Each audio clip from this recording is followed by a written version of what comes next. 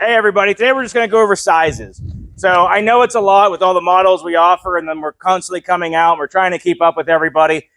We try to be a one-stop shop, so that way if you find a model that you like, you can come to GroundHog, and we've already looked at it and kind of assessed it, told you good, bad, or indifferent. So we're going to go through these, that way we give you a visual of what each one is. This is your BH14G. This is the one that has the heavy ROPS. So this is the one, if you're on a hill and you're not, if you're not certain of yourself, this would be the one that you probably want to go with. The rest of them are called sunshades, so they are not considered ROPS. These have the heavy blade. They are a pretty rugged little unit. And the next one beside it is the BH14G Pro.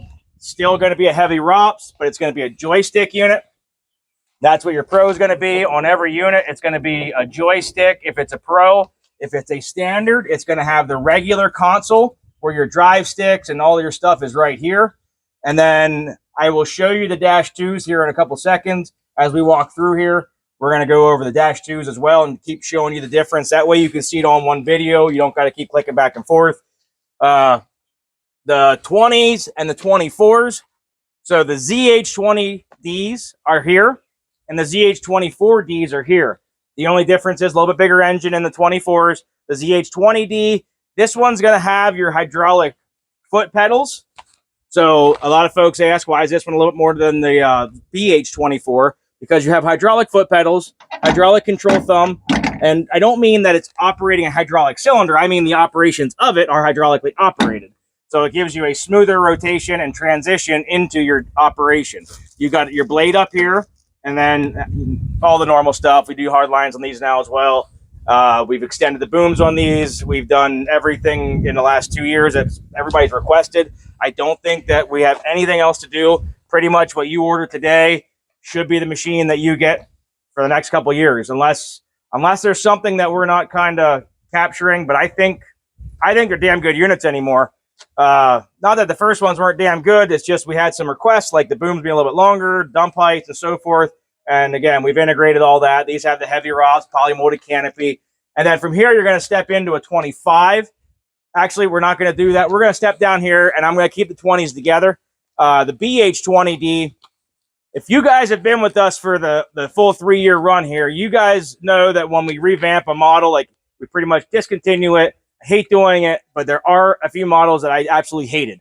So the BH20D, the original, the square body, I hated.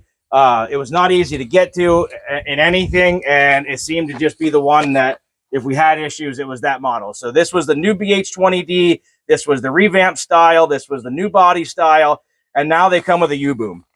So that U-boom standard means the cylinder's on the top. Nice heavy thumb, again, as you guys know, double molded blade. And when I say double molded on these, I actually mean double plated. So there's a piece of metal on the back side, a piece of metal on the front side, and this is capped. That way it keeps everything nice and strong and should not wear out for a long time. They also mimic that ZH20D because that ZH20D was a very popular style. When you look at the rear of these, it's got the counterweight molded in. It's got the rounded rear. It's got the flip down for this. The difference is this one does not have hydraulically operated foot sticks and pedals and all that stuff. So everything's right here. Now it's a mechanical operation that just opens that valve and closes that valve. So your drive sticks are here in the center, and then you got your blade here in the center, and then you got your auxiliary hydraulics there on the end. So that's going to be your difference. Still a polymolded canopy. And then now we're going to step up into that 25. We still offer the original ZH25D. I'm so glad someone actually has one here that has been ordered because I hadn't had them for a little while, and we've been so busy with the Dash 2. But now that I have them side by side, you can see the differences. You can see the body style differences and the options. So the ZH25D-2, it is only going to be an upper boom or a standard boom. It cannot be optioned with that upper boom. If you do want the upper boom, it has to be the old body style. But the tail swing is really cut down dramatically. I'm going to try to find my camera person a good angle here, maybe from this hole. That way you can see the tails of them.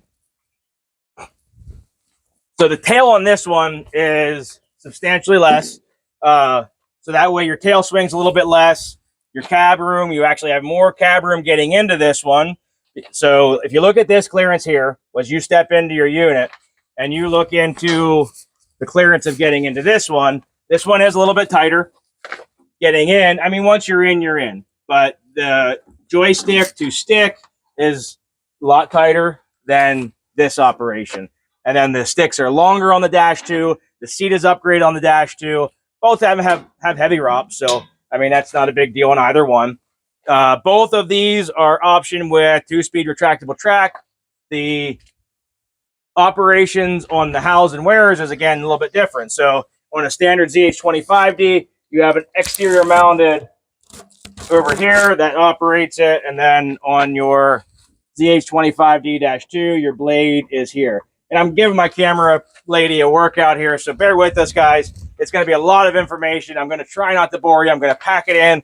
That way, you guys that are, you're kicking around your gas models, your diesel models, your which size diesel models. I've had a lot of folks that started with a 14, ended up at 25. I've had folks that started at a 70 and ended up at a 30. So we want to try to capture as much as we can here. That way, it's all in one video. But yeah, the camera lady's probably going to get a little bit of a workout as we run through here. So the rears, I mean, aesthetically, the rears on the Dash 2 are a lot nicer. Counterweight molded into the rear. Again, nice seat layout, the whole deal there. And then we're going to squeeze through here. And this is one we are just now launching as well. The other one I did not, and I said it probably 40 times. And those of you that have called and looked at the ZH14G-2, that was my least popular, least favorite of my own. I probably talked a lot of people out of them just because the idea of the old ones was great. It popped up. You could access your engine. Yay. However, no choke cable, so you constantly had to have it pop. The power cable was inside. It was kind of a lot of movement to start your machine. So now we've revamped them. ZH14G-2. The other ones we're not doing anymore. I mean, the powertrains, if you are a customer that has the old one, the powertrain, everything's still there. It's the same powertrain, essentially. That's not nothing that's going to be changed, but the U-boom is going to be standard again. So now, model that we kind of revamped and went with something new. So the U-boom standard, heavy thumb, heavy blade. What we did do, and I'm going to pull this one out real quick just so I can show you.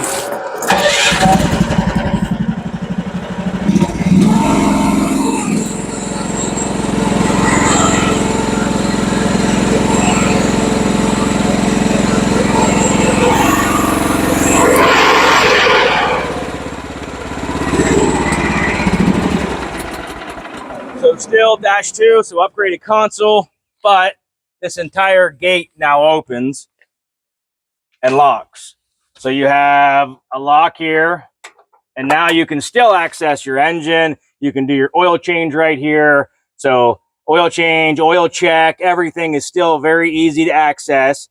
Rear gate open, oil cooler, all that stuff is in there without having all of the extra steps when you're starting it. You see how simple it was? That's kind of why I wanted to do it this way.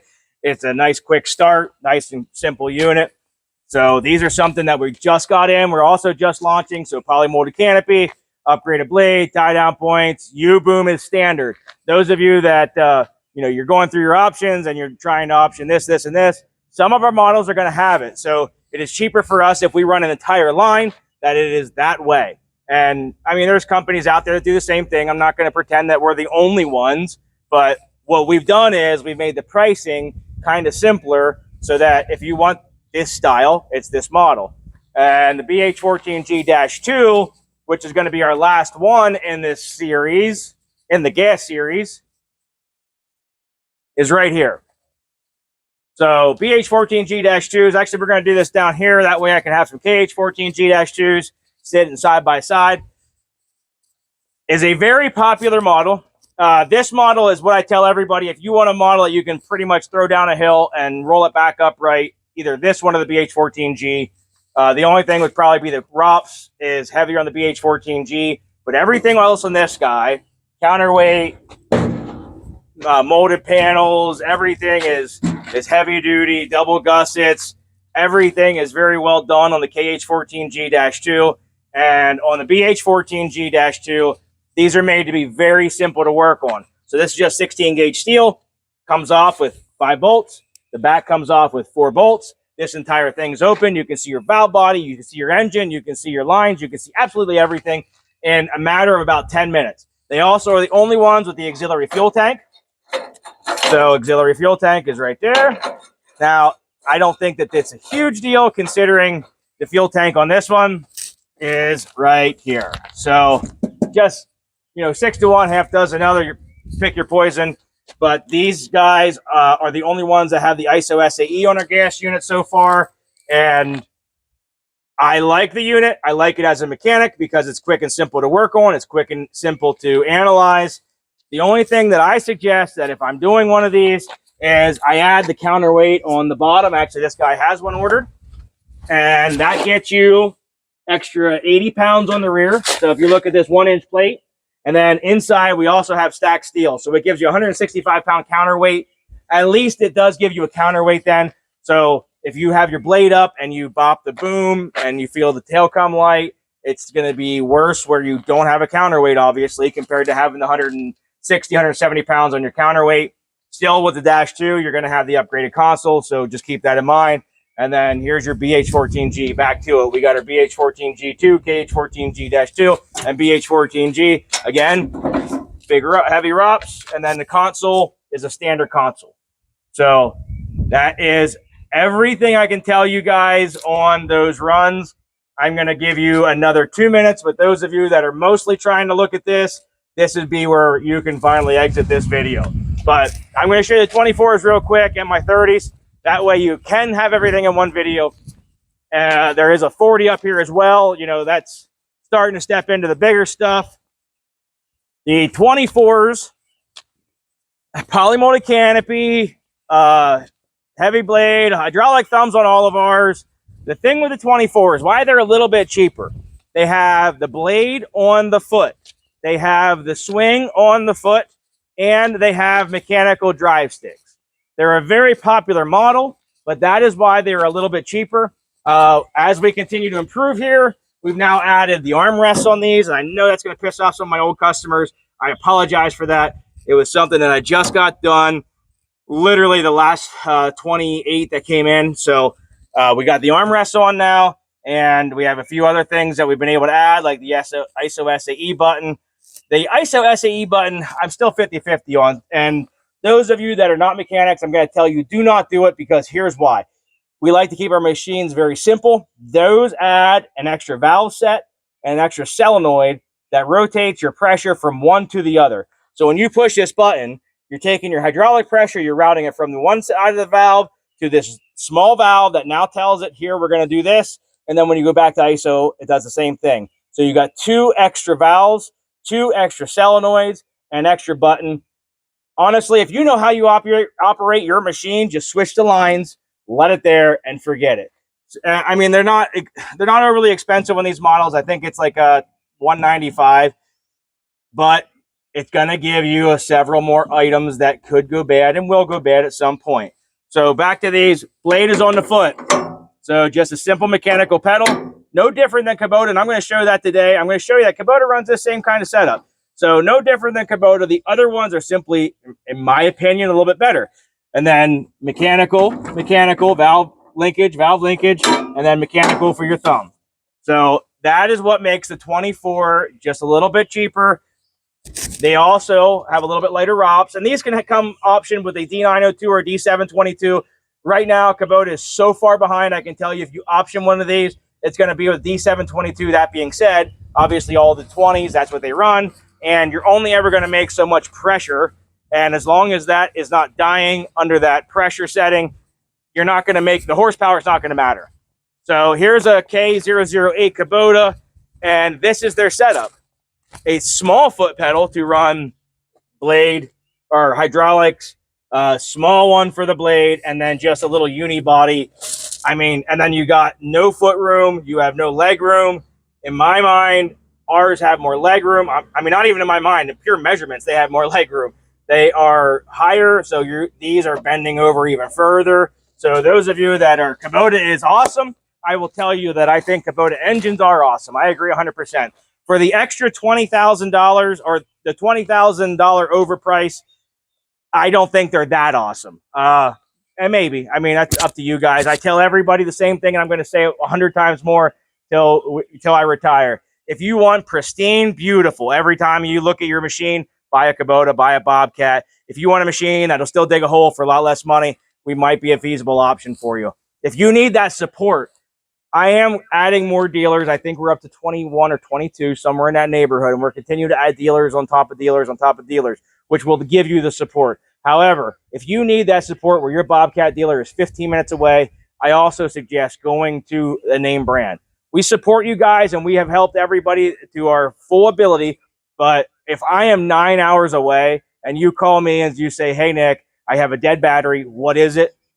I'm not going to be able to tell you. I can tell you what to troubleshoot, your disconnect, your switch, your battery, an alternator, and I can tell you how to do it. But ultimately, if you're not a little bit mechanically inclined or have the ability to do so, I mean, you can have a whole lot of mechanics out to look at your machine and still save a lot of money in worst case scenario. And I know that sounds terrible, but I want to give everybody the full picture. And I want to make sure that the folks that are buying from us are the folks that should be buying from us, not the folks that need to have the support of a Bobcat that is 10 miles down the road. So as we continue to grow, we will have those options. But as of now, I do not have 20 dealers in every state. So you may need to have a mechanic come out and give you a hand if you're not able to do it. Warranty items, that's still something you got to bring it back to your selling dealer, and warranty items are taken care of. That's nothing that's an issue. I'm talking simple items. Like if your machine doesn't start, that is usually a glow plug issue or so forth. You know, your simple stuff that you can't troubleshoot. If you can't troubleshoot it, that's fine. Just maybe at that point, it would be better to go to name brand versus something that we don't have 100 dealers sitting out there into the country. So I know that's brutal. I'm just trying to be honest with everybody. I don't want to have over-promise, under-deliver. I'd rather have it the other way. We try to keep a good standing with everybody.